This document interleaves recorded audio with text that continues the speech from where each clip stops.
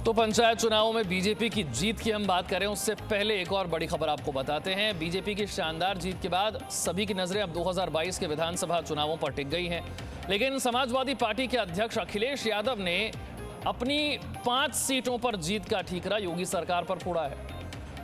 कहा कि चुनाव में धांधली हुई है, जिसका जवाब मुख्यमंत्री योगी आदित्यनाथ ने दिया भी है। मुख्यमंत्री योगी ने समाजवादी पार्टी की हार के लिए सीधे तौर पर अखिलेश को ही जिम्मेदार माना। उन्होंने कहा कि यूपी ने परिवारवाद को नकार दिया है। चुनाव में धांधली के आरोप पर मुख्यमंत्री योगी ने जवाब दिया कि बीजेपी जीतती है तो ईवीएम पर इल्जाम लगाते हैं, समाजवादी पार्टी जीतती है तो कार्यकर्ताओं की मेहनत बताई जाती है। उत्तर प्रदेश ने परिवारवाद को नकार दिया है, ये योगी आदित्यनाथ ने कहा है। अगर हम लोकसभा चुनाव जीतते हैं या विधानसभा चुनाव जीतते हैं तब ईवीएम पे आता है। तब उन्होंने मांग की थी कि बैलेट पेपर से चुनाव होने चाहिए। इस बार बैलेट पेपर से चुनाव है तो अब वो प्रशासन पे आरोप लगाने लग गए। केवल 2 बातें मैं कहना चाहता हूं। इटावा के अंदर भारतीय जनता पार्टी का सांसद, बीजेपी के एमएलए, बलिया के अंदर बीजेपी के 4 एमपी हैं, 2 लोकसभा के और 2 राज्यसभा के, 2 मिनिस्टर हैं, 5 एमएलए हैं। अगर प्रशासन का दुरुपयोग करना होता तो सर्वाधिक दुरुपयोग यहां होता। लेकिन भारतीय जनता पार्टी दोनों जगहों पर चुनाव हारी है।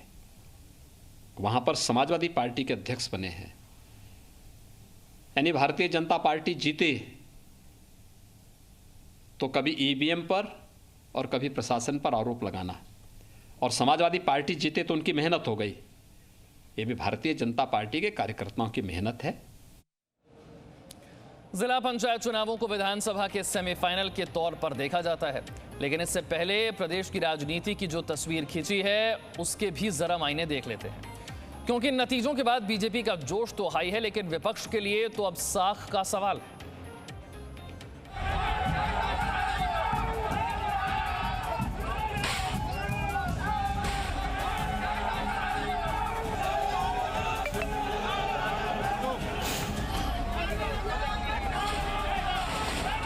यूपी में जिला पंचायत चुनाव ने जहां बीजेपी को भारी भरकम कॉन्फिडेंस दिया है, तो वहीं कई पार्टियों को अब समझ नहीं आ रहा कि क्या किया जाए।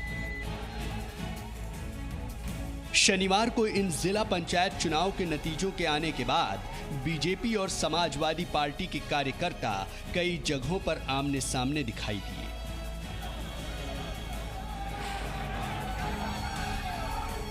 लेकिन इस पूरी लड़ाई में जो तस्वीर निकलकर सामने आई वो ये है कि इस बार बीजेपी विधानसभा चुनाव के लिए काफी आश्वस्त है, तो वहीं समाजवादी पार्टी को अब नई रणनीति बनाने की जरूरत पड़ गई है। भले ही पूर्व मुख्यमंत्री और समाजवादी पार्टी अध्यक्ष अखिलेश यादव चुनाव में धांधली का आरोप लगा रहे हैं, लेकिन इन चुनाव में उनकी पार्टी कुछ खास सीटें जीत भी नहीं पाई। इन चुनाव में बीजेपी को 67 जबकि समाजवादी पार्टी को सिर्फ 5 सीटें ही मिली। पिछले चुनाव में समाजवादी पार्टी ने 65 सीटें जीतकर रिकॉर्ड बनाया था। वो रिकॉर्ड बीजेपी ने इस बार ध्वस्त कर दिया। लेकिन जिला पंचायत के ये चुनाव विधानसभा चुनाव पर कैसा असर डालते हैं, ये भी समझिए। 2011 में उत्तर प्रदेश में मायावती की सरकार थी। 2011 जिला पंचायत अध्यक्ष चुनाव में बीएसपी 20 सीटें निर्विरोध जीती, लेकिन 2012 विधानसभा चुनाव बीएसपी बुरी तरीके से हार गई। 2015 में प्रदेश में अखिलेश यादव की सरकार थी। 2015 जिला पंचायत अध्यक्ष चुनाव में एसपी 38 सीटों पर निर्विरोध जीती। 2015 में समाजवादी पार्टी ने कुल 65 सीटों पर जीत दर्ज की, लेकिन 2017 विधानसभा चुनाव में समाजवादी पार्टी की हार हुई। 2021 में योगी सरकार के दौरान बीजेपी ने 21 सीटें निर्विरोध जीती हैं और कुल 67 सीटों पर कब्जा किया है। वैसे तो इन चुनाव को विधानसभा चुनाव का सेमीफाइनल माना जा रहा है, लेकिन आंकड़े इस बात की गारंटी नहीं दे रहे कि सत्ता किसकी होगी। हालांकि चुनाव से पहले ही यूपी में राजनीतिक तस्वीर बदलने लगी है। यूपी में भले ही पिछले 3 बार सिंगल पार्टी को बहुमत मिल रहा है, लेकिन इस बार सिंगल पार्टियां अपनी ताकत को डबल करने में जुट गई हैं। समाजवादी पार्टी और आप के नेताओं की यह मुलाकात हो या फिर ओवैसी और राजभर के बीच की बात, ऐसा लग रहा है कि अपनी सियासी नाव को खेने के लिए काफी सारे पतवार जुटा रही है ताकि उसका हाल 2017 जैसा ना हो। आदरणीय प्रधानमंत्री जी के नेतृत्व में एक भारत श्रेष्ठ भारत के साथ नए भारत के नए उत्तर प्रदेश के साथ आगे बढ़ रहा है। इसलिए इस नए भारत के नए उत्तर प्रदेश के लिए जब उत्तर प्रदेश की जनता जाति मत मजहब क्षेत्र और भाषा से ऊपर उठ करके आगे बढ़ने के लिए तत्पर हो तो ये सब गठबंधन कुछ नहीं कर सकते। इन सब के बीच एक ऐसी पार्टी भी रही जिसका खाता भी यूपी में नहीं खुल सका। जी हां, देश की सबसे पुरानी पार्टी कांग्रेस। ऐसा लग रहा है मानो यूपी जिला पंचायत चुनाव के लिए शायद कांग्रेस ने कोई प्रयास किया ही ना हो। 2022 के चुनाव कांग्रेस के लिए भी बड़ी चुनौती है। हाल ही में बीते विधानसभा चुनाव में कांग्रेस केरल और असम में हार गई, जबकि बंगाल में पार्टी का खाता तक नहीं खुला। यूपी जिला पंचायत चुनाव में कहानी भी कुछ ऐसी ही रही। यहां भी पार्टी शून्य से आगे नहीं बढ़ी। यानी जिला पंचायत चुनाव के बाद बीजेपी का जोश हाई है, लेकिन समाजवादी पार्टी और अलग अलग क्षेत्रीय पार्टियां अब जोर दिखाने में कोई कसर नहीं छोड़ेंगी। हालांकि बीजेपी को चुनाव से सबक लेना ही है तो जिला पंचायत अध्यक्ष चुनाव को नहीं, पंचायत चुनाव के नतीजों को आधार बनाकर विधानसभा चुनाव की तैयारी करनी होगी, क्योंकि यूपी का इतिहास गवाह है कि जिला पंचायत अध्यक्ष चुनाव में जीत सफलता की गारंटी नहीं है। ब्यूरो रिपोर्ट, जी मीडिया। और इस पर बात करने के लिए मेरे दो सहयोगी इस वक्त मेरे साथ हैं। लखनऊ से विशाल पांडे और विशाल रघुवंशी इस वक्त मेरे साथ जुड़ रहे हैं। विशाल पांडे, 75 में से 67 सीटें जीत बड़ी है, ये तो आंकड़े बता रहे हैं, लेकिन विधानसभा चुनाव से ठीक पहले इस जीत के मायने क्या हैं, इसका असर क्या होगा? देखिए विशाल, उत्तर प्रदेश में जिला पंचायत अध्यक्ष के चुनाव में जनता सीधे वोट नहीं करती है। इसमें जो जिला पंचायत सदस्य चुनाव जीतकर आते हैं वो वोट करते हैं। और यूपी का इतिहास देखें तो इसे भले लोकतांत्रिक चुनाव कहा जाता है, लेकिन आमतौर पर यह सत्ता का चुनाव माना जाता है। जिसकी सरकार उत्तर प्रदेश में होती है उसके सबसे ज्यादा जिला पंचायत अध्यक्ष जीतते हैं। अखिलेश यादव की जब 2015-16 में सरकार थी तो उनके 65 जिला पंचायत अध्यक्ष चुनाव जीते थे, लेकिन 2017 में समाजवादी पार्टी की बुरी तरह से हार हो गई थी। और आज 2021 में जब जिला पंचायत सदस्यों के अगर हम नतीजे देखें तो उसमें बीजेपी समाजवादी पार्टी से लगभग 200 से ज्यादा सीटों से पीछे थी, लेकिन जिला पंचायत अध्यक्ष में वो 67 सीटें जीतती है क्योंकि यहाँ पर सरकार में है। इसलिए इन चुनावों को हम उत्तर प्रदेश के विधानसभा चुनाव का सेमीफाइनल नहीं कह सकते। और जो लोग यूपी की राजनीति को समझते हैं वो ये जानते हैं कि चुनाव से पहले ये आंकड़े एक मैसेज देने की कोशिश जरूर बीजेपी की तरफ से की जा रही है, लेकिन इसमें जनता सीधे तौर पर वोट नहीं करती है। इसलिए बीजेपी को अभी अपनी और रणनीति पर काम करना होगा। और बीजेपी के नेता भी इस बात को बहुत अच्छी तरह से जान रहे हैं कि जो जिला पंचायत सदस्य के नतीजे आए थे जिसमें जनता ने वोट किया था वो बीजेपी के पक्ष में नहीं रहे थे। इसलिए बीजेपी भी अंदर खाने इस बात को बहुत अच्छी तरह से समझती है और 2022 की चुनावी रणनीति वो भी तैयार कर रही है। और इसीलिए कहा जा रहा है कि यूपी में जो आप देखिए, अगर इस चुनाव के नतीजे का हम एनालिसिस करें तो इसमें दो ही पार्टियां चुनावी मैदान में साफ तौर पर दिखाई दे रही हैं, एक बीजेपी तो दूसरी तरफ समाजवादी पार्टी। कांग्रेस जीरो पर रह गई, रायबरेली अपना गढ़ नहीं बचा पाई, बीएसपी चुनाव मैदान में उतरी ही नहीं। और एआईएमआईएम जो ओवैसी की पार्टी है उनके 2 जिला पंचायत सदस्य गाजीपुर में जीते थे और उन दोनों ने बीजेपी के प्रत्याशी को गाजीपुर में वोट किया। तो ऐसी स्थिति में अगर आप उत्तर प्रदेश की सियासी हालात अभी देखेंगे तो यह कहना कुछ अतिशयोक्ति जैसा होगा कि जिला पंचायत अध्यक्ष के चुनाव सेमीफाइनल है, क्योंकि यहाँ पर यह सत्ता का चुनाव माना जाता है और जिसकी सत्ता होती है उसमें हर कोई अपना दमखम दिखाता है और डीएम-एसपी हर बार बदनाम होते हैं। विशाल, ठीक, विशाल रघुवंशी, अगर इस जीत या हार या इतनी मायने नहीं रखती तो फिर समाजवादी पार्टी के अध्यक्ष इतने नाराज इन 5 सीटों से और बीजेपी पर ठीकरा फोड़ते क्यों नजर आते हैं? देखिए, एक चीज़ तो बिल्कुल साफ है कि अभी जैसा कि विशाल ने बताया कि जिला पंचायत अध्यक्ष का जो चुनाव होता है वो सत्ता का चुनाव होता है, धनबल का चुनाव होता है, बाहुबल का चुनाव होता है। और शायद यही वजह है कि उत्तर प्रदेश में तमाम जो जिला पंचायत सदस्य ना होने के बावजूद भी भाजपा ने सपा का रिकॉर्ड तोड़ दिया। क्योंकि लगातार ये कहा जा रहा था, चाहे वो कांग्रेस हो चाहे वो सपा हो, सब लोग ये कह रहे थे कि सत्ता का दुरुपयोग कर रही है भाजपा, और यही वजह है कि तमाम जो जिला पंचायत सदस्य हैं वो या तो गायब हैं या तो उनको वोटिंग नहीं करने दिया जा रहा है, और कई जगहों पर भिड़ंत की तस्वीर भी सामने आई।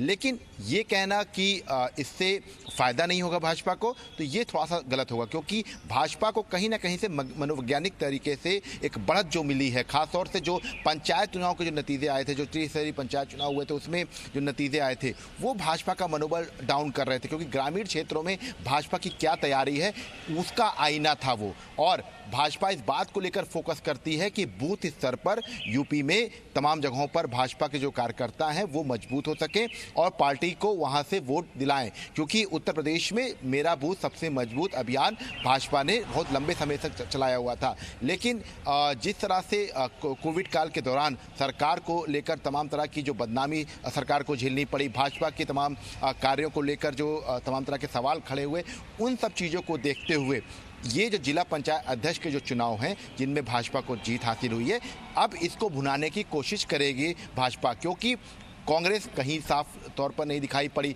बसपा ने पहले ही अपने हाथ पीछे कर लिए थे, सीधे तौर पे कहा था कि वो चुनाव नहीं लड़ेंगे। इसके साथ साथ अगर हम बात करें सपा की, तो सपा 50 सीटों पर सीधे सीधे फाइट दे रही थी, लेकिन उन सब में केवल 5 सीटें जीतना ये सपा के लिए एक बड़ा ड्रॉबैक है। और अखिलेश यादव ने बाकायदा 11 जिला अध्यक्ष हटाए थे जब नामांकन के दिन 18 जिलों में नामांकन नहीं हो पाया था, तो ऐसे में नाराजगी जो है वो अखिलेश यादव की जगजाहिर थी। इसके साथ साथ कई जगहों पर ऐसा हुआ कि सपा के जो कैंडिडेट थे उन्होंने भाजपा का दामन थाम लिया और बाकायदा कई जगहों पर जिला पंचायत अध्यक्ष के उम्मीदवार भी बन गए। तो ये तमाम ऐसी चीज़ें थी कि जो साफ कर रही थी कि जो अंदर खाने में सपा के अंदर जो असंतोष की जो भावना है, लहर है, उसको कहीं ना कहीं से अखिलेश यादव जो है रोक नहीं पाए। लगातार असंतोष व्याप्त होता गया और यही वजह थी कि तमाम जो कैंडिडेट थे उन्होंने भाजपा का दामन थाम लिया।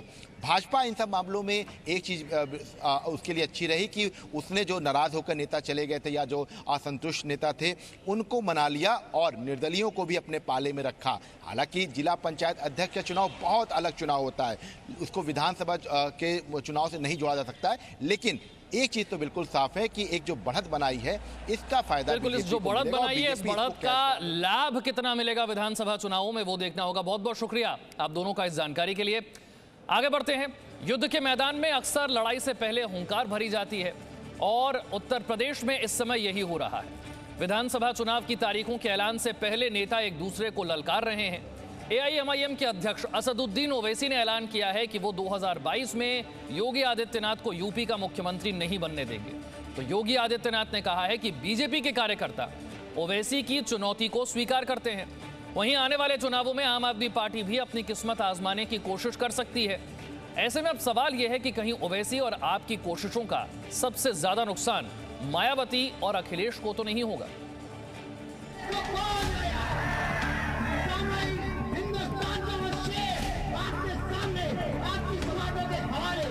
इंशाअल्लाह दोबारा योगी को उत्तर प्रदेश का मुख्यमंत्री नहीं बनने देंगे, नहीं बनने देंगे।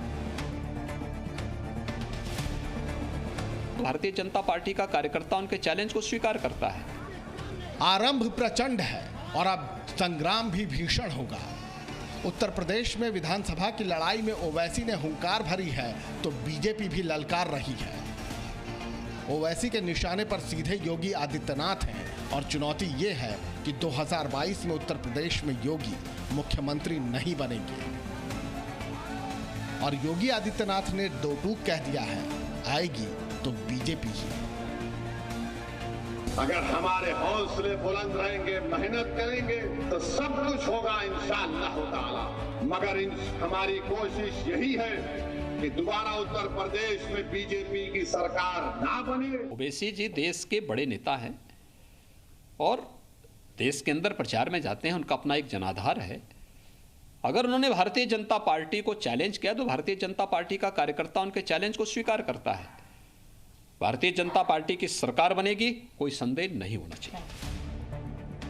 विधानसभा की इस लड़ाई का फैसला अगर जुबान से ही होना होता तो बयानों की कहां कमी थी। लेकिन हैदराबाद से यूपी आकर अगर ओवैसी हुंकार भर रहे हैं तो वो यूं ही नहीं है। ओवैसी को उत्तर प्रदेश में 18% मुसलमान वोटरों पर पूरा यकीन है। साथ ही साथ एआईएमआईएम ने यूपी में 10 दलों के साथ मोर्चा खड़ा किया है। ओम प्रकाश राजभर की सुहेलदेव भारतीय समाज पार्टी के साथ गठबंधन है और राजभर ने ऐलान किया है कि यूपी में 5 साल में 5 मुख्यमंत्री बनाए जाएंगे। मुसलमान, राजभर, चौहान समाज के नेता मुख्यमंत्री बनेंगे तो वहीं कुशवाहा और पटेल समाज के लोगों को भी मौका मिलेगा। मतलब साफ है कि ओवैसी और राजभर उत्तर प्रदेश में दलित, पिछड़ों और मुसलमानों के वोट बैंक पर नजरें गड़ाए बैठे हैं। ये अलग बात है कि बीजेपी ओवैसी की चुनौती को मुंगेरी लाल के हसीन सपने बता रही है। ओवैसी देश के सामाजिक समरसता को खत्म करना चाहते हैं। उत्तर प्रदेश में योगी की सरकार बनेगी। मुंगेरी लाल के हसीन सपने में जिनको जीना है वो जिए। वैसे जब तक बात सच ना हो जाए तब तक तो वो सपना ही है। पंचायत चुनाव में एआईएमआईएम के समर्थन से कई उम्मीदवारों की जीत के बाद एक सपना ओवैसी देख रहे हैं तो बीजेपी उत्तर प्रदेश में 300 सीटों की उम्मीदों का संसार सजाए बैठी है। लेकिन आम आदमी पार्टी की एक तीसरी नजर भी है जो समाजवादी पार्टी के साथ फिलहाल शिष्टाचार की भेंट कर रही है और मायावती को लगता है कि वो अकेले सब पर भारी है। तो वक्त अभी ललकार का है, हुंकार का, और हुंकार के प्रतिकार का है। उत्तर प्रदेश के बाद आगे बढ़ते हैं और अब बात करते हैं उत्तराखंड की।